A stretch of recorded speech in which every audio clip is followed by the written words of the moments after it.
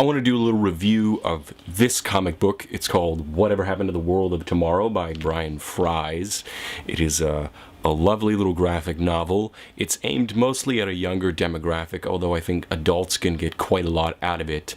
And the title, Whatever Happened to the World of Tomorrow, sets up the theme of the graphic novel, which is about visions of the future and the role of technology in American society and popular culture and the American dream. I think this is a very interesting look at United States culture, and it begins in 1939 at the World's Fair with a boy and his father, who are the main characters throughout the comic book, although they get a little older as the comic book goes on. At other points they seem to be frozen in time, sort of Simpsons style.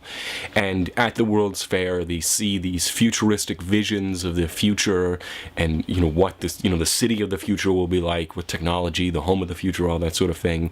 And I will post links in the description to the actual 1939 World Fair from some videos on YouTube, so you can see. I mean, this is really based on what happened, and then it goes into subsequent periods of American history and talks about the space race and Sputnik and the sort of the death of the dream of the future, and the cynical turn that things sort of take, and then looks forward into modern technological developments and that sort of thing. I think it's a really interesting perspective on American culture and American popular culture.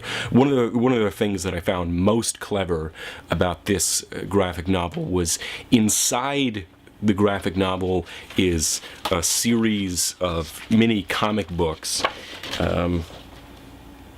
Cap Crater, I guess, is the main Commander Cap Crater is the main character of these, and they're printed on a different sort of page to make it look like more old style comic books, and try to replicate, I guess you would say, the ethos of the comic books of that era, and the character and the style, like the tone of the comic book changes as you see subsequent pseudo issues further on. It begins, the first one is at the World's Fair, and then there's one in the Wild West, and then towards the end you get the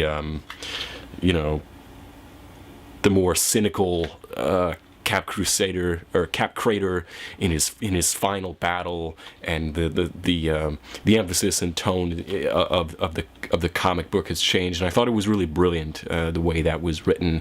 And again, although this is aimed towards a younger demographic, I really find this to be a brilliant comic book, definitely worth the read, definitely worth checking out. And I wanted to do a review on it because it's probably not something that a lot of people have heard of, but I think a lot of people might enjoy it, especially if you're into ideas like futurism and science fiction and popular culture and that sort of thing. Really interesting take on things, and sort of gives a narrative about the cultural changes in the United States and how it affected our views of things like the future and the role of technology in our lives. That's something that personally, this comic book is definitely something that appeals to me, and I think it would appeal to a lot more people. So I don't like giving things rating systems, so I'll just say this is good, I like it, go buy it if you find it interesting. Have a nice day.